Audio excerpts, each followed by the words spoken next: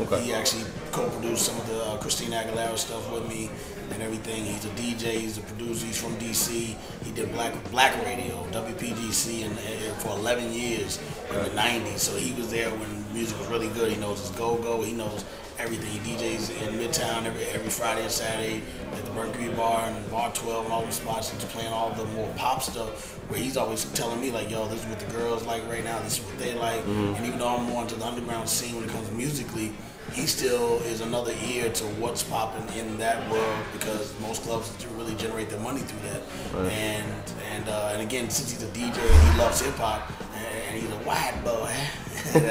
If he was here, he would understand the joke. He's got so much soul, man, and he understands hip hop where I don't have to be there to coach him.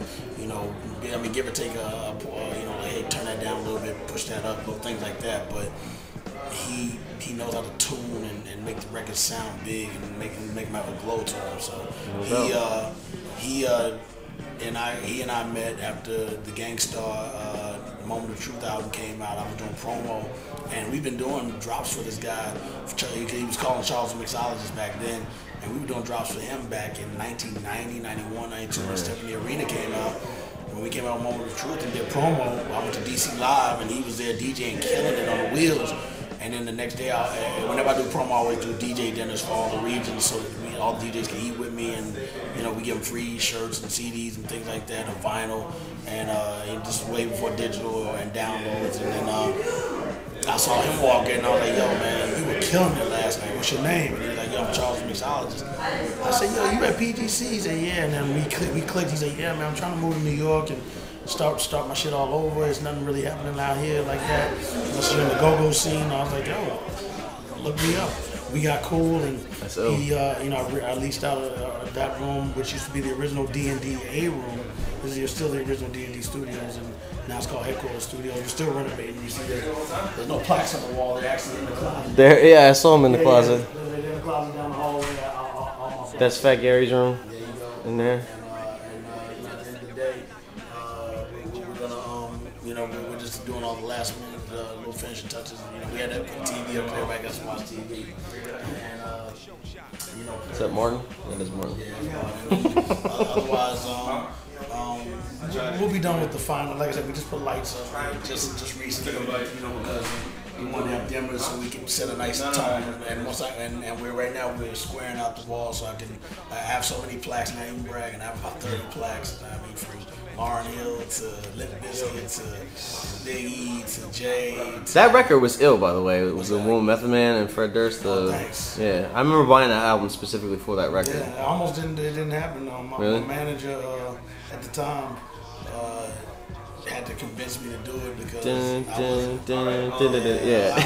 wasn't really into Limp Bizkit like that at the beginning, and you know, I wasn't really into Fred Durst rhyming style or whatever. So he was like, yo, if you do this, it's gonna be big. And he said, trust me, it's gonna be a big record, which it did turn out to be a big record.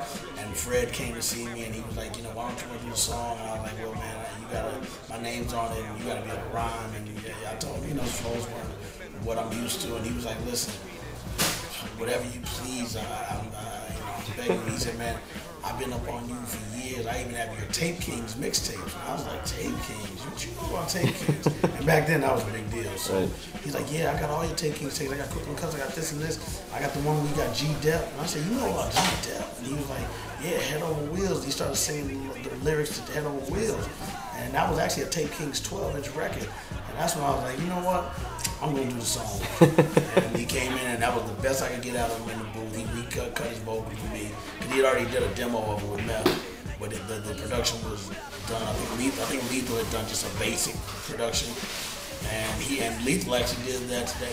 They had that sample already with the string. Okay. I just went and took the sample that Lethal laid and just replayed it myself and did my type of drum programming and put my drums on it and made it map more of my bounce. Right. So the sample was already there, and then once I put my bounce, put my bass line on it and broke it down different way, did little cuts, and then I remember he did some little ad-libs and just little things to say like, man, Biscuit and what you want and stuff like that, and they gave me a little like his whole like they gave me a 10-inch dub plate which are easier to cut, and they cut it. Cut a ref sent me 2 dub plates, and that's me doing all that Limp Bizkit, and all that shit is from the dub plate, which Fred signed it, and I wrote graffiti on it, and I still have the actual plate. And, you know, that's more history, man.